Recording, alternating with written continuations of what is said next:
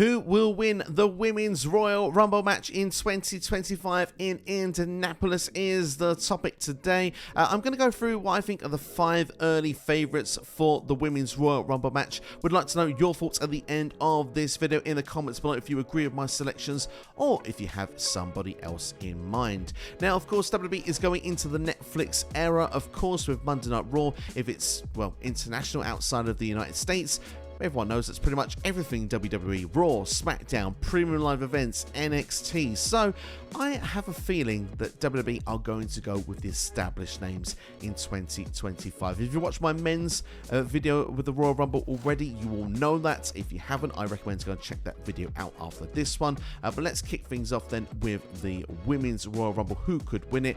And I'm going to start off with a big return because I think she's coming back. I think she so far is my personal pick to win the Women's Royal Rumble match in 2025.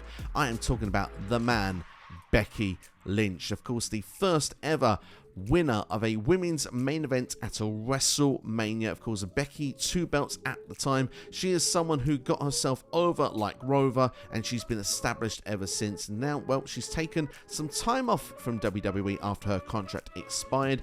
We've not seen this since King and Queen of the Ring, of course, when she didn't win the Women's World Championship. She dropped it, of course, to Liv Morgan, who's done a very good job since then as Women's Champion. Of course, Dominic Mysterio was a big factor into that as well. So that is ready-made for Becky Lynch to return into right now, is the Women's World Championship picture. And of course, to get straight back into that when you've been missing for so long is to win the Royal Rumble. Yes, Becky has done it before. I think that at the moment she's the favourite to do it again, in my opinion. And yeah, I think that just immediately kicks us off onto the road to WrestleMania. Would you take on Liv? Would you take on Rhea again? That would be a rematch from last year's WrestleMania. Or could we get the triple threat? One thing's for sure though, my second pick is going to be Rhea Ripley, because right now she is not the Women's World Champion at the time of recording. She's the #1 contender. She'll be taking on Liv Morgan. Early feeling is that she might be winning the title this time, that this one isn't going to go all the way to WrestleMania. Would be a shame for Liv Morgan if that is going to be the case, because Liv has held the title for so long. To not get to Mania would be a shame. But if some reason Rhea does not win this title from Liv Morgan, then I think the Royal Rumble is the right placement. She is arguably right now, certainly with Becky's absence as well, the biggest star of the women's division in WWE. She has an aura around her that just screams superstar. She has a unique look, a unique moveset. She is someone that just stands out in the crowd, and I think WWE, especially on Netflix, are going to want recognizable figures that are going to be leading their divisions. And Rhea Ripley dominated last time she was champion. There is possibly an argument, had she not got injured in 2024, that she would still be champion now. She was that dominant in her last run. It's been kind of fun though to see her have the chase for the championship since her return, and she's not won it quite yet. If she was not to win it by the Royal Rumble, I think that she certainly would be a very logical choice to do so. And then of course she could go and take on either Liv Morgan at WrestleMania, or if Becky was to come back and win the title in the meantime, coming back maybe through the chamber, who knows. Could be an interesting way to do so. No surprises, Liv Morgan is going to be my third option here. Obviously, if she was to drop the title here, she would be my favourite to win the Royal Rumble, someone who I'd want anyway to win the Royal Rumble, because I think she's worked so hard. She's established her character. She's gone from someone who was always the bridesmaid, never the bride. She now is someone that is in the conversation to be in a WrestleMania top caliber match for a top women's championship, and it not be almost questioned, I think, which it would have been done perhaps in previous years by fans, like, oh, is she ready for this spot? Character-wise and everything she's done in 2024, she's established herself. She feels so natural as a heel. The fact she took everything away from Rhea Ripley, the Judgment Day, Dominic Mysterio. She now has almost, in the break, what looks like to be a future breakup of the Judgment Day, she has a perfect little trio of her, Raquel Rodriguez, the bodyguard, and Dominic Mysterio in there. And I think that's almost that's a perfect trio in itself. I think she doesn't need any more further backup. She's got people to help her win matches when she needs it, and of course, a lot of the times, like she did with Io Sky at Saturday night's main event, she can go out and get the job done.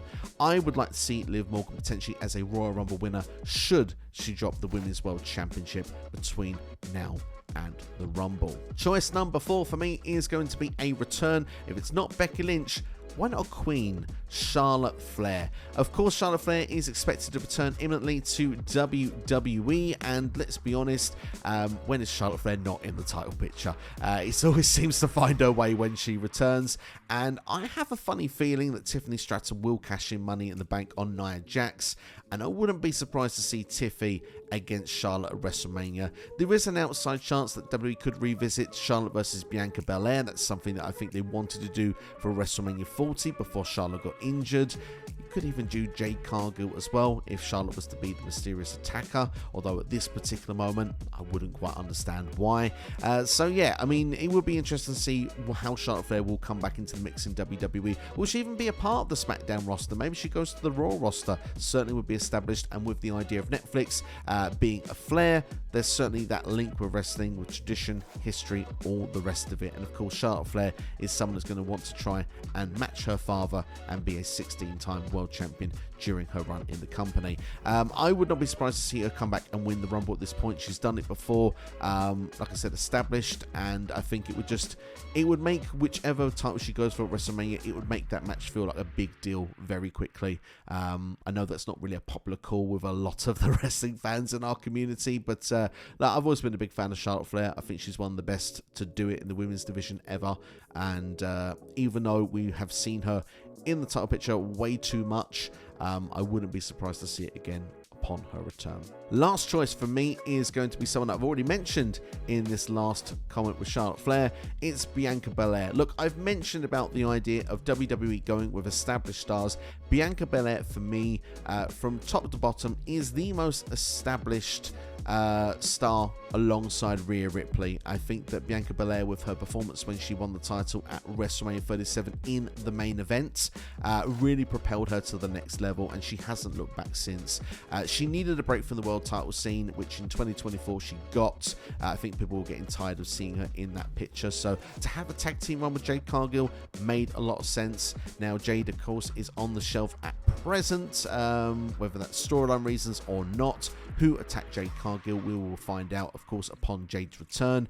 Is it Bianca Belair? I wouldn't be surprised if it was, but I will save that for another video. But I wouldn't be surprised if that perhaps was a WrestleMania direction for now. However, if Jade is going to be out for the long term, then Bianca Belair certainly could go back into the singles division if her and Naomi were to drop the women's tag team championships in the meantime. And yeah, wouldn't be surprised to see that. Like I said, we have Charlotte Flair there as well. That could be a natural opponent. Nia Jax, of course, is the current champion on the SmackDown side at present. Tiffany Stratton, if she cashes in Money in the Bank as well, all seem very good matches and options for Belair if that was to be the case going forward.